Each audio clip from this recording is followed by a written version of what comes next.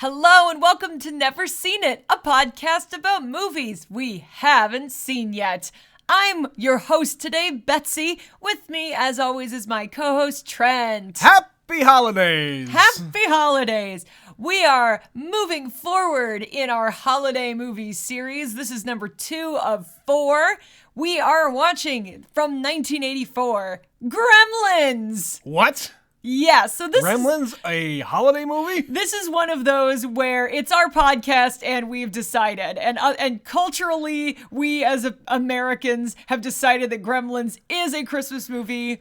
For it takes place at Christmas. Much like Die Hard is a Christmas movie, apparently Gremlins is also a Christmas movie. So screw you guys, we're watching Gremlins. Now, I am your host today because I have seen Gremlins, but my dear Trent, you have never watched a Gremlins movie. I have not, and I don't really know why.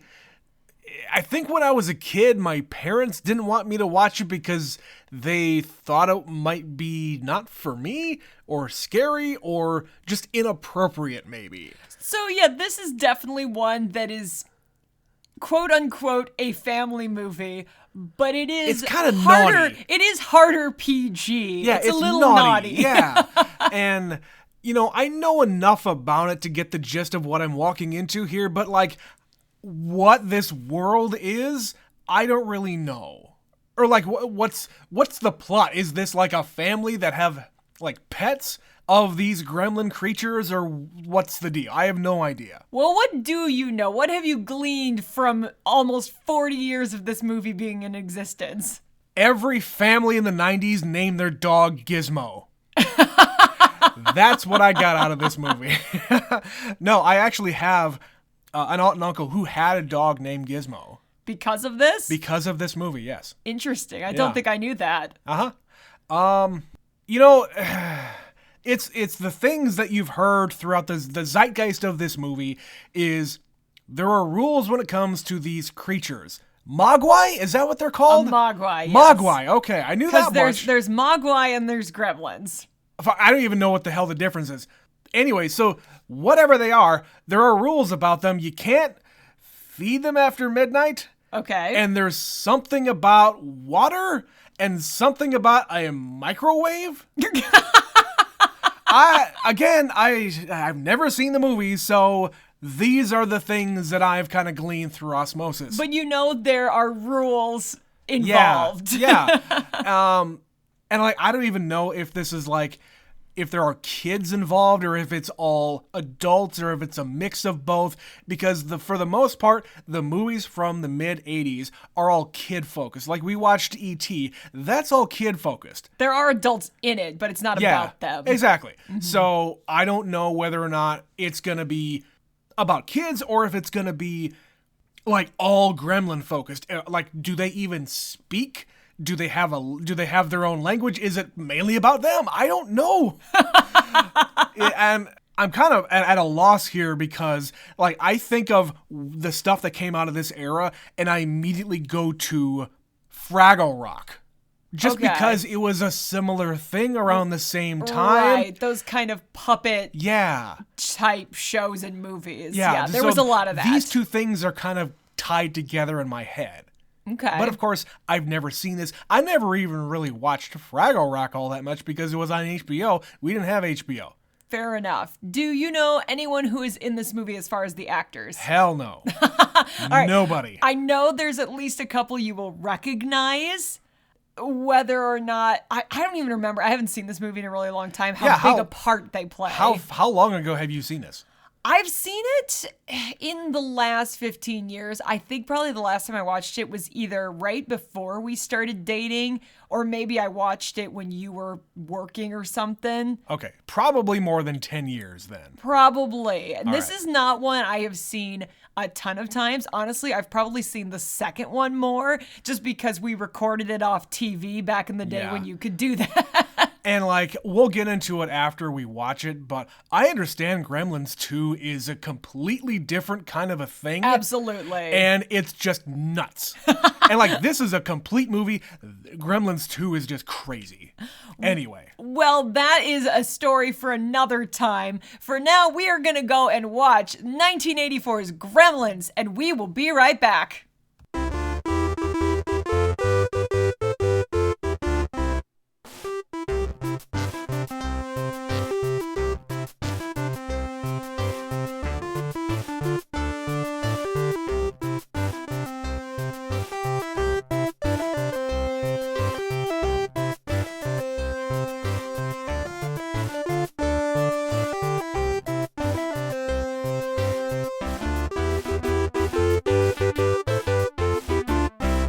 And we're back. All right, that was Gremlins, the movie that clearly influenced Quentin Tarantino more than any other when making Inglourious Bastards. Mm-hmm.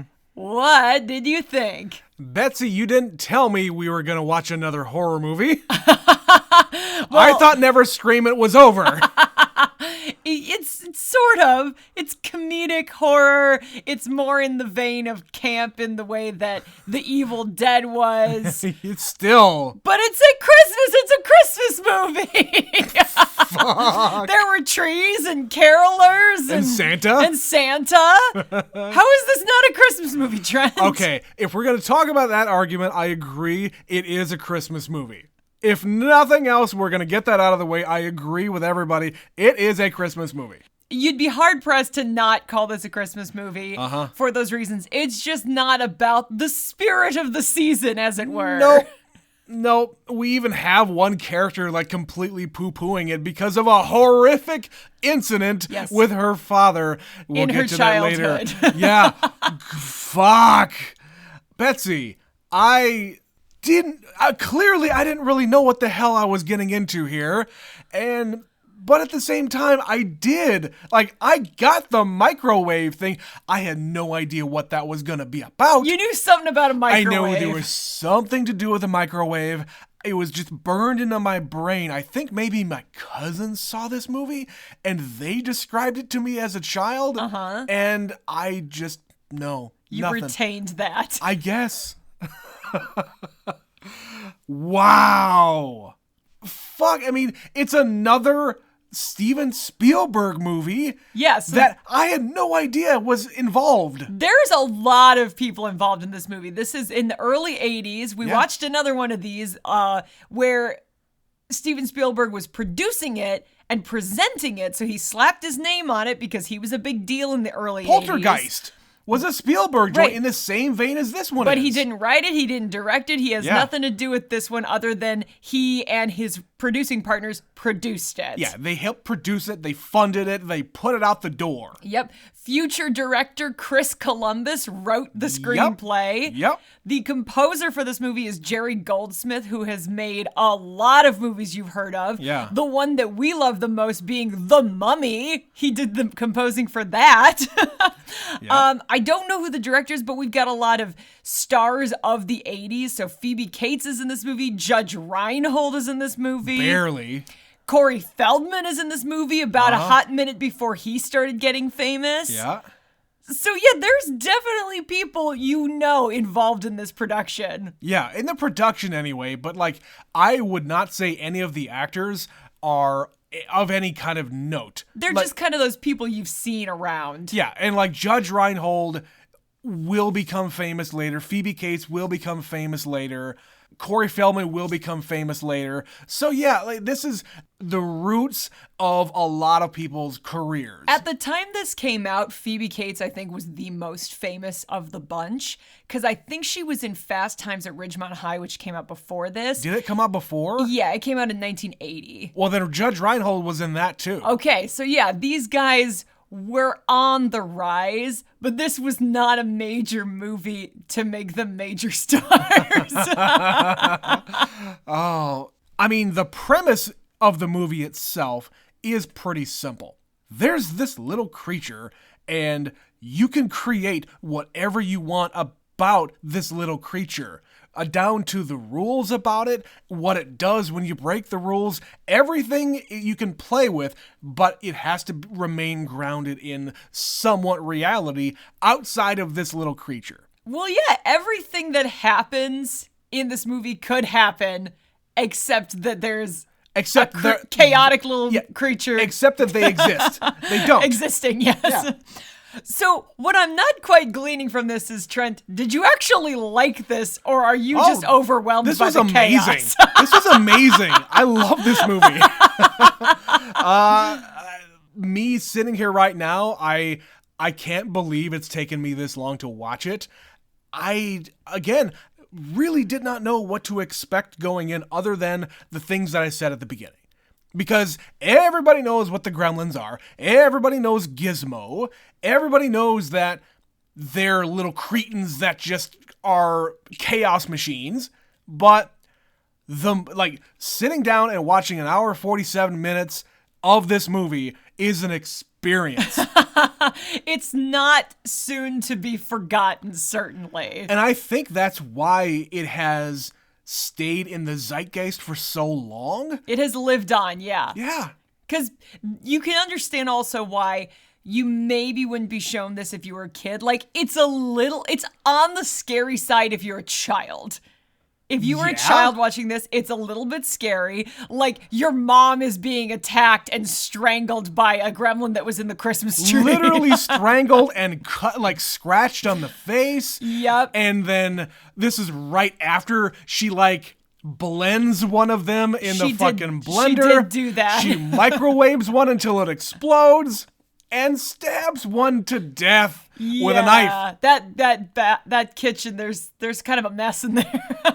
And in the fireplace. So yeah, this is something that a small child is not necessarily going to watch, but you also can see that children would love this movie. But that's the thing. In the 80s, all kids would have loved to see this movie. Yes. And a lot of parents did show it to their kids. Again, my cousins watched this movie when they were very small, and they're all younger than me. I think it really depended on your parents and the taste of your parents. Uh-huh. Because you and I are the kind of people that if we had kids, we would show them this movie. But at a certain age, there's a threshold. I'm not saying you show a 3-year-old or something. They're going to have nightmares. But once they can comprehend fact and fiction, then it's a little easier. But my parents would not have shown me this. I don't think I watched this movie until... I was thinking about this. I may have seen the sequel before I saw this one because it was on TV on ABC, some Saturday night movie or something. Okay. And I don't have a recollection of actually watching this one until much later. And I don't want to get into a weird existential thing here, but think about kids today watching a movie like this, growing up with basically nothing but CG, and then these are little puppet creatures. They're puppets and They're stop physical. motion. It's all physical, tangible. What a kid looks at now as opposed to what it was in the 80s and 90s for us is a completely different thing. I don't know if kids these days would have a different reaction to this after seeing so much other CG. This would just seem quaint to them. Or it's more realistic. Maybe. Because it's real. That you can tell the difference between CG and real. When you're playing up against real humans in a real setting. Right. Yeah, there's a certain degree of interaction, with the environment and with the people that you can tell, okay, well... that looks pretty real, but you can tell it's not real. Yeah, and if you hadn't listened to it, we just watched Cruella, and there are dogs in that movie. About 10% of the dogs on screen are real. The rest of them are completely CG. Whenever you see a dog. And you can tell. Yeah. Even now, in 2021, when that movie was made, you know in your brain when it's real and when it's not. Yeah, anything with computer animation, kind of just as a whole, if it is still, it looks amazing. But there is a lack of tension in computer-generated images still. When it's a puppet, it's a fucking puppet. Yeah. And yes, it looks like a puppet, but it blinks and it turns and it waves its arms and it walks. Yeah. and it scurries and it just has a different environment to it. Yeah, the one thing that bothered me about this one when it comes to the puppets, when Billy is like handling Gizmo, you can tell that's a doll. Oh, yeah. The way he's like cradling him and he's always sitting or leaning against a wall. There's no weight to that thing. Yeah. As opposed to an actual creature like that would have some heft to it. I mean, it might be a very light creature.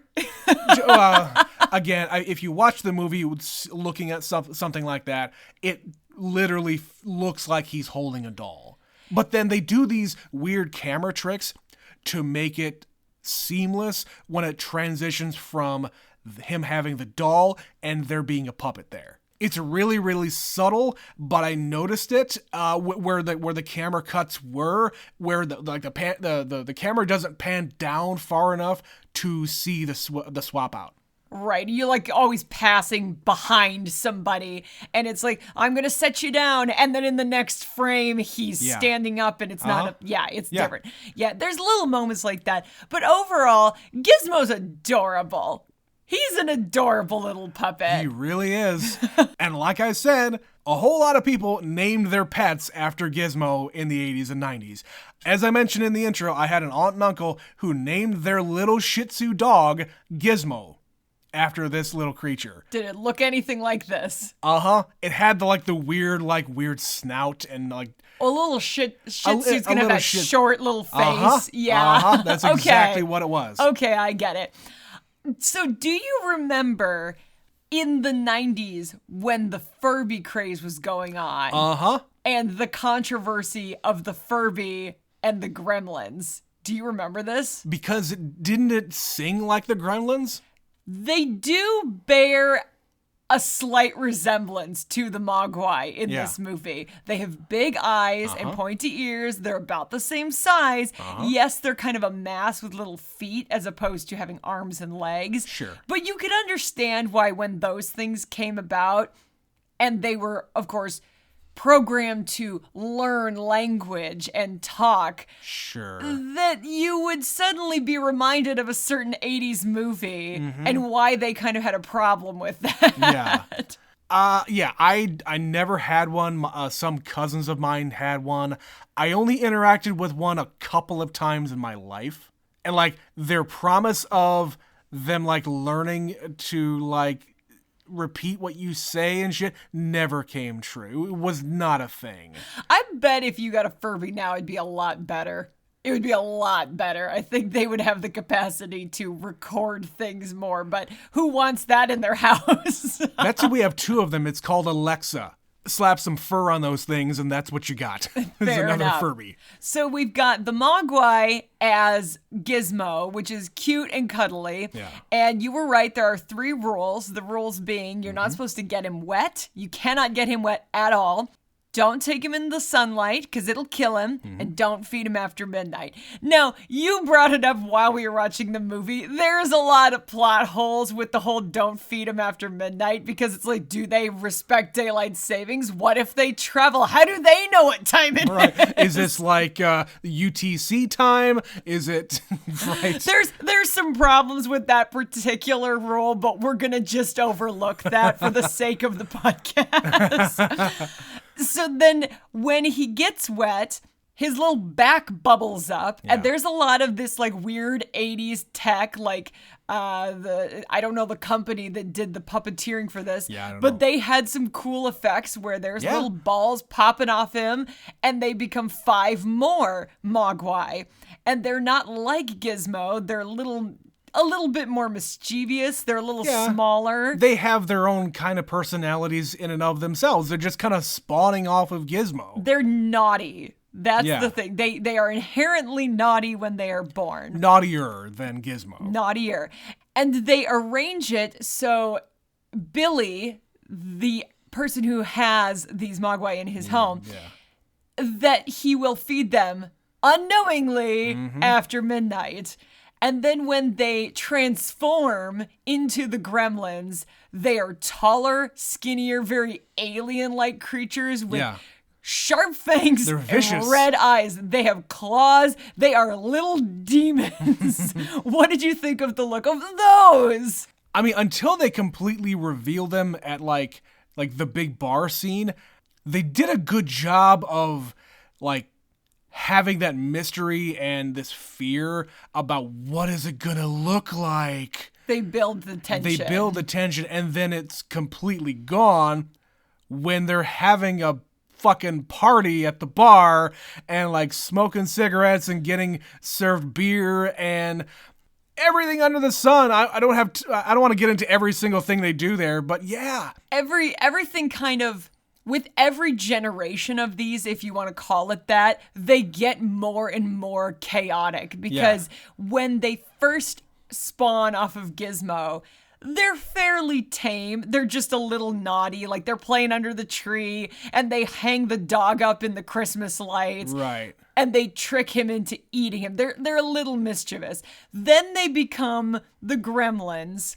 And when the Stripe guy spawns hundreds of these things, they are even more chaotic, and suddenly they have weird little personalities, and they drink and they smoke and they flash dance and they have coats and flash people. And yeah, it just goes from, okay, they're a little bit funny, to guns. They're a little bit scary, they got guns. To they're scary and funny. And violent. And very violent, yes. Yeah. And they also speak, which is a weird little touch. Right. All of them speak in this weird, like, muffled tones, and like, it's, oh man, I don't even know how to describe it. It's just, they're talking to themselves. They just sort of repeat things like, "Gun, Yum, can, yummy, yum, yum. bye, Billy." Like, it's just this weird thing. And of course, we noticed in the credits, one of the people who contributed to the voices is Frank Welker. Yeah, Frank Welker, if you do not know the name, you absolutely know his voice. Oh, yeah. Original voice of Optimus Prime in the Transformers cartoon. In the 80s, so this is his time. He is the original voice of Freddy on Scooby-Doo. So you absolutely know his voice there. That's his kind of normal speaking voice. But he's most famous for doing like animal noises, animal voices in other cartoons. He's always been guesting on even like things like The Simpsons. He always voices Santa's little helper when there's a main episode with one of the dogs, one of the animals. Yeah, he's just really, really talented when it comes to animal noises. And of course you're going to get Frank Welker to do voices of little gremlin chaotic creatures. Yeah, but also, you mentioned something else while we were looking at the credits. I completely forgot this too. Knew this detail and I forgot until I saw his name in the credits. Howie Mandel is the voice of Gizmo. That Howie Mandel. Which, if you think back to when we were kids, he had Bobby's World. In the early 90s. In the early 90s, he had a cartoon, and that's kind of the voice he did, was this high little baby voice. And I never thought about it, but yeah, he's kind of doing the same thing where it's just like, "Hi, Billy, I love you." Yeah. Just really cutesy. I totally forgot. This is sort of his big start, which is such a weird thing because you never see him. What a thing to get famous for. Right? And he's not even recognizable in any way. No. Which is why I forgot it was him. Of course. So that's kind of the Gremlins. And then you've just got this cast of cliche neighbors and characters in this town. Like, this is suburbia America. Yeah. You know, it's down. There's a downtown. There's one of every kind of business that you can think of. There's a main street, and that's about it. Yeah, it's Main Street that has a Burger King, a bank, a YMCA. Yeah, a Montgomery Ward store, and one theater that plays one movie. It's a one-screen theater. Yep, you've got one sheriff and his idiot deputy. Right. You've got the angry old woman who's like the Wicked Witch of the West. She's gonna take your little dog. Right. Who's also a cat lady. Like, it's a weird juxtaposition. Yeah. Then you've got the sad teen, or I guess she's not a teenager, the sad girl who hates Christmas, right, and the pompous dude who's 23 and he's going to be a millionaire by the time he's 30 because he's a junior VP at the bank. And you've got the racist war vet who's going on about conspiracies. Who has a poster of Nixon on his wall. He does have a poster of Nixon, and he can't buy anything foreign because it's full of gremlins. Okay, I want to talk about that portion because even to this day, people will tell me, oh yeah, the truck's got a little gremlin in it. I don't know what's wrong with it. People still say that to this day. Well, and they probably crazy. said it before this movie. It's just now you associate it with this movie. Maybe, I don't know. And of course, that at the end of the movie, they say, if something's on the fritz, turn on all the lights and look in every cranny because you might have a gremlin in your house. Right. Yeah, and like stuff like that, I think just reinforces the fact that it still is in the zeitgeist. Down to the point where people are telling me, yeah, my truck has a gremlin in it or something. Certainly. If they hadn't made this movie, it may be a different phrase by now. Yeah. 40 years later. Yeah. But yeah, there's nothing interesting or important or special about any of these characters. His dad is a crap inventor who goes to an inventors convention and all his contraptions suck. They suck. Also, fun fact, when he's at the convention, Steven Spielberg is there riding around on a little go-kart. Yeah, he just kind of goes by in front of frame and it has no lines. It's just Steven Spielberg. Blink and you'll miss it, but that man has an unmistakable look circa 1984. Uh-huh. Yeah, so it's just this weird amalgamation of half realized characters. They're all just caricatures. And then the mom is this like cliche stay-at-home mom who just cooks and cleans and bakes and makes cookies and deals with her idiot husband and and like you said, there's the crazy old lady. There's the for some reason they introduced there's a priest like 20 minutes left in the movie. There's a priest guy trying to put a thing in the mail. Yeah, he's trying to mail a letter, and then the mailbox spits it back at it because it's got a gremlin. Right, it might be the latest time that a character is introduced in a movie that I've seen in a long time. Because I think they give him a name. I don't think he was in it early. Well, they have to give him a name because he's got lines, or at least he's the priest. But they, I think, address him as something. But you're right. There's just people there to have fodder. There's like a high school teacher who's the only scientist in town. I need to talk about that, but in a little bit, yes.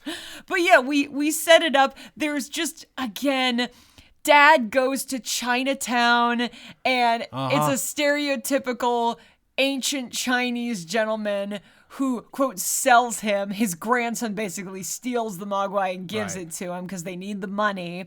Tells him the rules. Dad takes the thing back home. Might as well have sold him a monkey's paw. Right. They make all the mistakes, and there's now hundreds of them running amok. But before that happens, he takes one to his local science teacher to do science on the Mogwai. Yeah, and this whole thing with the teacher is...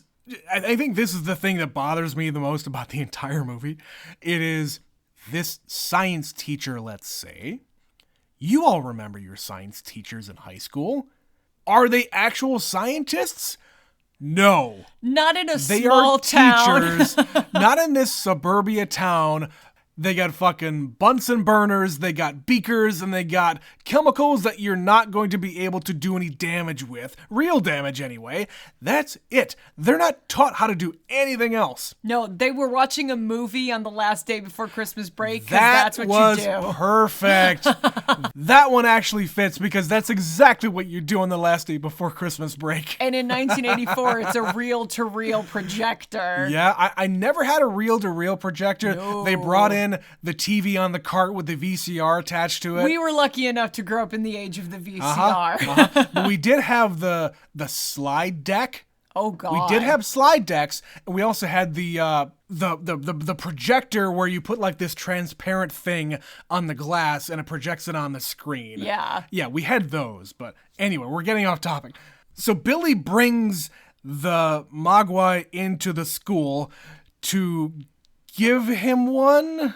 To do science. To do science on? He's going to science because he is a scientist. And number one, He doesn't ask any questions. He doesn't say, where did you get this? What the fuck is this?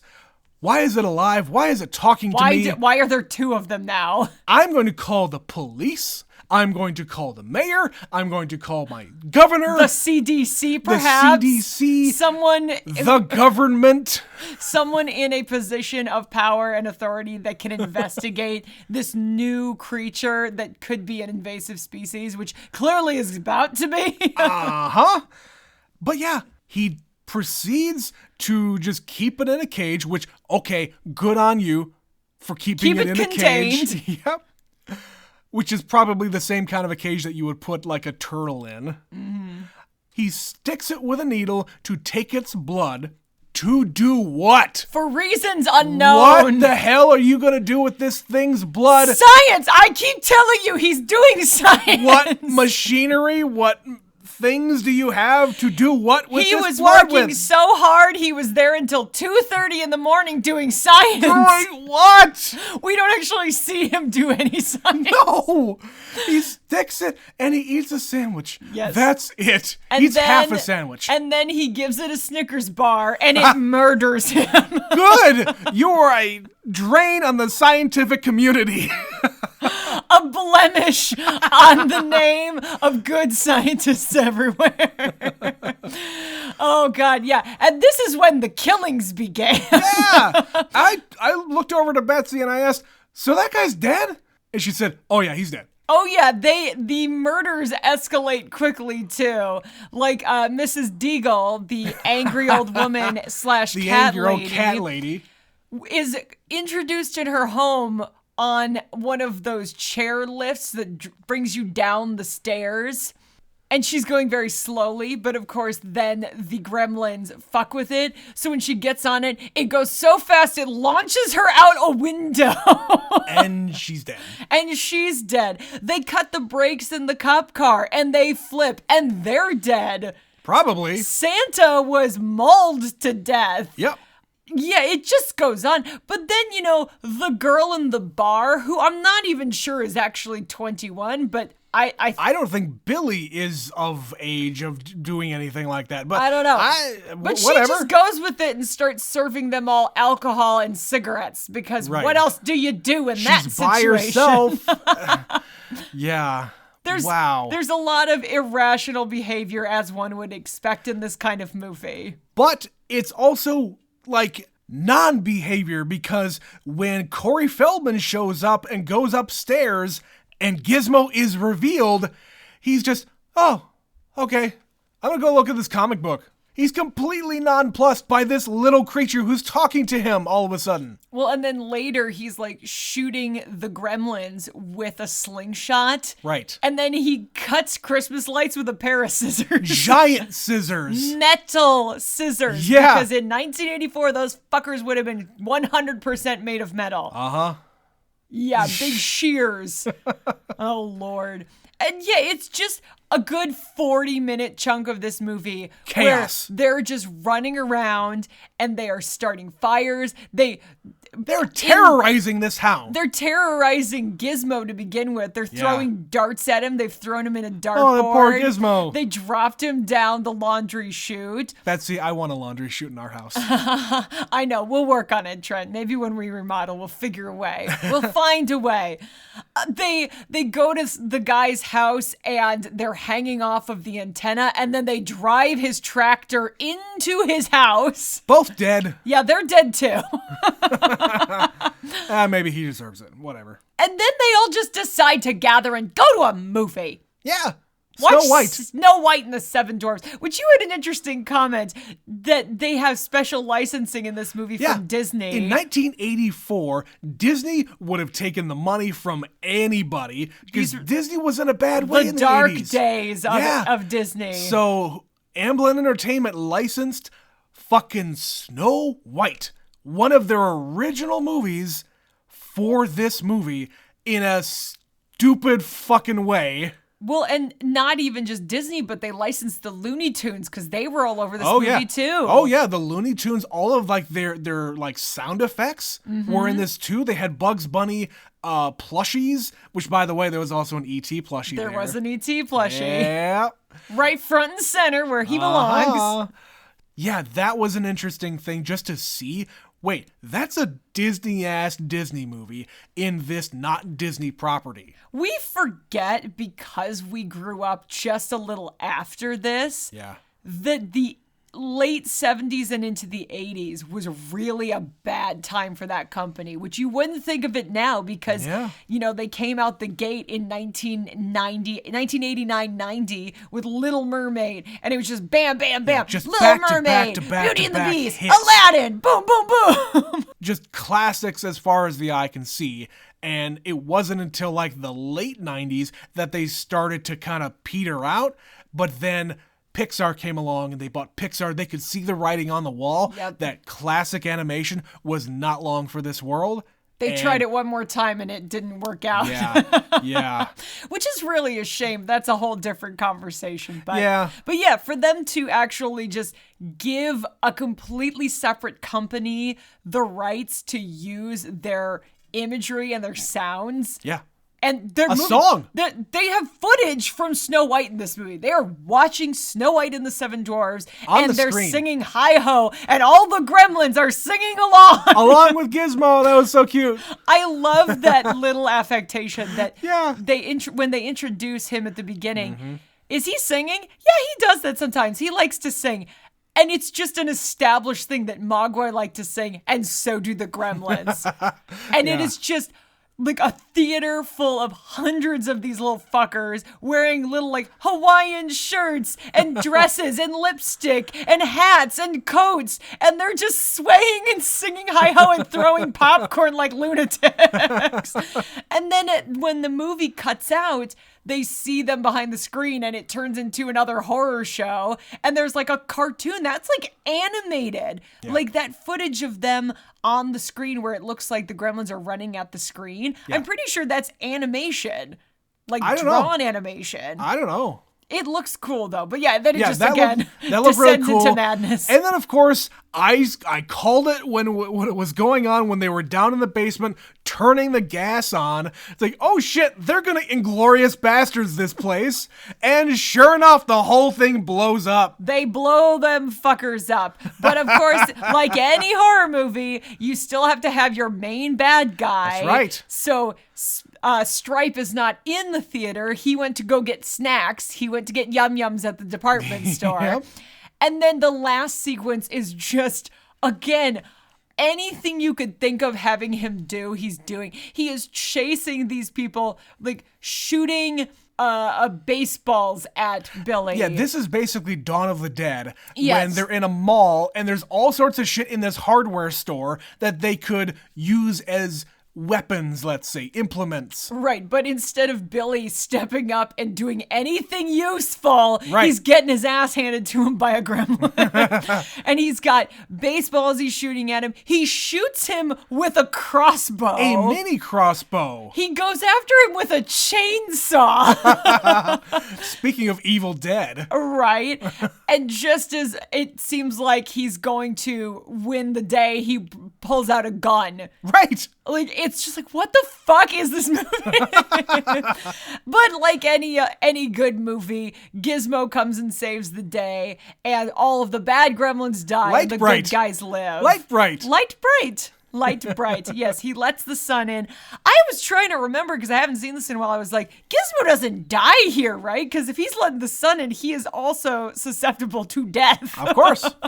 But no, he's in the shade, he's in the shadow, and it's fine. And yeah, that final death where he's just melting and bubbling, and then his skeleton... There's pus coming out everywhere. His skeleton leaps out of the water and convulses. Again, this is a horror movie. At Christmas! So yeah, there's just so many stupid moments. It is full camp. It is hysterical. It is too much at times. It is like, why? Yeah. But if you didn't go that far, it wouldn't be as good. You have to go so over the top with this movie to make it worth the ride. I agree. And they have to go that far because if you don't show it, then it is literally just a horror movie. Right. Speaking of horror, why don't you go ahead and talk about the terrible thing that happened to Kate's dad? Oh, God. Let's make it about Christmas. So we get all the way about 2/3 of the way in the movie, and things are really, really ramped up here, where they're running around downtown. There's hundreds of these little fuckers, and this is like after they blew everything up, it's before. It's before they find them in the theater. Yeah, and they go into the bank to do something. I don't know. And for some reason, the girl decides, okay, right now I'm going to explain why I don't like Christmas. Yeah, it's just a dramatic monologue in the middle of the She says, well, this is another reason why I don't like Christmas. Let me just tell you about the most traumatic thing to ever happen to me while a traumatic thing is happening to us now. So I don't remember how she starts the story, but suffice it to say, her dad, when she was a child, was supposed to come home on Christmas Eve, didn't show up. Days go by, and something starts to smell. In the chimney. And they're hoping that it's like an animal of some kind, maybe a bat. Betsy would know about bats in the chimney. I've caught a few. Uh-huh. No, they call the police, they call the fireman, and it's her dad. And he's stuck up there, and he died in a Santa suit with presents in his hand. He was planning on surprising his family by crawling down their chimney as Santa Claus and delivering presents. And she concludes, and that's the day I found out there was no Santa. And then end of story. God. It's just like, what the fuck is this story? Not only is like that horrifying in and of itself, like if Santa, quote unquote, actually came to your house and died in your chimney, that would fuck you up. Anybody dying in your chimney would fuck you up. But not only that, but it's dad dressed as Santa. You have two things go wrong. Right. And this story has no business being in this movie. Especially at that point in the movie. Nothing. It was like, this character is here. She has not been developed. We need to give her some extra layers. Or she mentions that the fact that she doesn't like Christmas, and you could have just stopped there. Yeah, you don't need to go into this horrific experience that you went through. Or you could just say, my dad never came home. And don't tell me why. I don't need to know. No, you could have just made it sad. You are not an important enough character to need this contrived backstory. Fuck. And even earlier on when she's talking about the fact that she doesn't like Christmas, she's mentioning and referring to like, oh, well, around the holidays, more people commit suicide and cut themselves and all this other shit around the holidays. Girl, what is wrong with you? I mean, you need to go to therapy, number one. It was the 80s, Trent. No therapy for you. You just are going to talk about it with random boys that you maybe know from high school? You or bury you it down work with? deep inside and never speak of it again. Jesus That's Christ. how you dealt with your problems in the 80s. And you have to put on a happy face around Christmas, Betsy. It's the fucking holidays. Man up a little. Merry Christmas. Merry Christmas. Oh, goodness. Well, Trent, do you have any other little things about this one you wanted to bring up before we start wrapping her up? There was just a couple more. The scene of Billy going to the YMCA following Stripe, I guess is his name, following Stripe into there, and he dives into the pool. Yes. And of course, this is right before all like the hundreds and hundreds of them get spawned off of him. Just the effects of that. That's a giant pool. I don't know if you've been to a YMCA lately, but they usually have really, really big pools in there. Yeah, this is a set, so it's not a full-size pool, but it's still it's a they pretty have a very big pool. But yeah, the effects of them like bubbling everything up and like putting the jets and the smoke and Lights the lights flashing. all of that stuff looked really cool. No, do not knock the practical effect. I think so many movies think that, well, we'll just do it in post. Yeah. But there is a very different feeling when you just do it for real. Could you animate water to be bubbly with lights? Yes. Or you could just put some fucking jets down there and it looks much better. Yeah. Build a set. What a novel idea. My God. Like them driving the snowplow into the house. That's a set. That was like the fakest house in the world. Yeah. But you know what? Them carpenters did their job. They participated. And I guess one more thing here. So we mentioned that there is a sequel to this movie, Gremlins 2. And I know that movie is like way, way off the wall. And it's a lot of just gremlins. I don't even think Gizmo is in that. He might be. I don't know. I genuinely don't remember. I know one or two specific memories I can summon from that movie. Okay, fine. I know one thing, and that's not because I've seen it, but because I know it's in there because I've heard it referred to, and we watched it like a few months ago or something. Anyway, the fact that there is a sequel means that either the Gremlins survived or there are more and like Gizmo comes back somehow. I don't really know how does Gremlins 2 happen. The only thing I can think of is the dude on the radio. When Dad's coming back to town, there's this running commentary of the Gremlins infecting the radio station and they're fending him off and blah, blah, blah.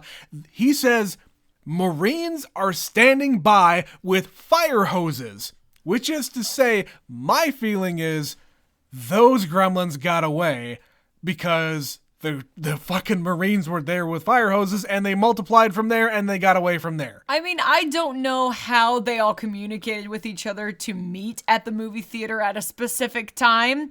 So it's possible some didn't get the memo. It's also possible that it's just Gizmo and it's basically rehashing this movie again in a different time just and with place. More gremlins. Yeah, you just need Gizmo to start. Then they'll take it from there. Fair enough. All right. Well, that's going to be it for Gremlins, but we do have an email about our last Christmas movie for 8-Bit Christmas from our superfan Stephanie. She begins, I absolutely loved this movie. I thought it was funny and sweet. I loved that he didn't get the Nintendo because his dad got him something better. Aww. Steve Zahn is the best. Apparently, Neil Patrick Harris is a dick in real life, but I find him super charming and talented. Yeah, unfortunately, a lot of charming and talented people do have a tendency to be dicks. I haven't heard that, but I don't care. I believe it, though. Fine. Like, I don't know. I believe it. Anybody with millions of dollars can be a dick. I also really like June Diane Raphael, the mom. She is great in Grace and Frankie, as well as hosts another fun movie podcast, How Did This Get Made? I've heard of that. Yeah. I've never listened to it. But I definitely didn't know she was one of the people involved. You also don't listen to a lot of podcasts, so. I only make them, Trent. It's true.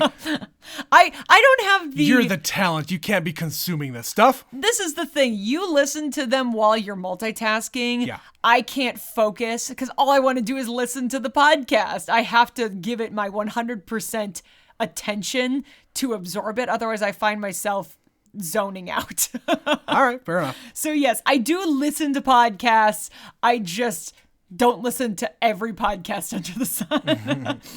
She continues, nostalgia city for sure. The Midwest winter made me miss Sioux Falls. It was 60 degrees here a couple of days ago. It does not feel like Christmas. Yeah, she lives far enough to the south that it's still pretty sunny where she is. Yeah, and I'm sure like there's not a lot of snow that stays on the ground. No. I'm sure it snows quite a bit, but it's not like here where once it snows, like a few inches around here. It's here for the duration. The ground is frozen and just wear your coats. Yep.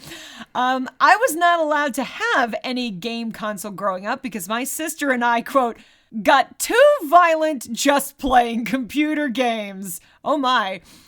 As if the vehicle for the game would somehow make us murder each other. Well, obviously. I mean, everybody knows that you go from jumping on Goombas to jumping on your sister's face. yeah.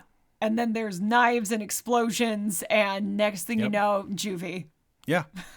The rich prick in our school had a legit slide to his insane basement. Oh, fuck. Her commentary on the film, that dog is for sure dead. Oh, yeah. Yeah, that dog's definitely dead. Yeah. I super feel for those twins. My sister and I have birthdays 2 weeks apart, and even though we are 3 years apart, we got a ton of joint presents. That sucks. If we had had December birthdays, it would have been twice as bad.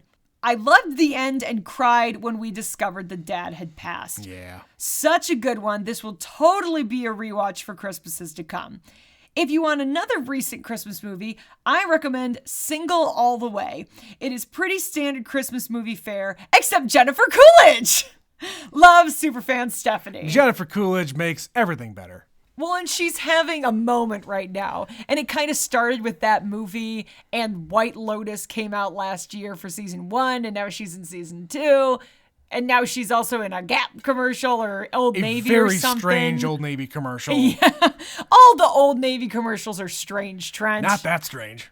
But thank you, as always, Stephanie, for sending us that email. Thank you. If you would like to be like Stephanie and comment on 8-Bit Christmas or Gremlins or any of the other movies we've covered recently or in the entire run of the podcast, we're not particular. Or just send us a question. We love to talk about whatever you want us to talk about. A hypothetical. We love them. Send us an email. You can do that at neverseenitpod@gmail.com. You can follow us on social media. On Facebook and Instagram, that's NeverSeenItPod1. On Twitter, NeverSeenIt_pod. You can also support the show by clicking the link in the podcast description on Anchor and throwing us a buck. But that's going to be it for Gremlins. We are going to be back on Wednesday with another random movie of our choosing and the next Christmas movie on Sunday. Yeah. We have a couple more Christmas movies, and then it's just a few more movies until this year is totally wrapped up and we go into the new year. Yeah, and I will say, we are planning to do another year-end awards coming out on New Year's Day, so be excited for that again, because that was fun last year. No actual awards will be handed out. No. It's all symbolic, but look forward to that. With that, this has been another episode of Never Seen It. I am Betsy. I'm Trent. And we will see you next time. Bye-bye.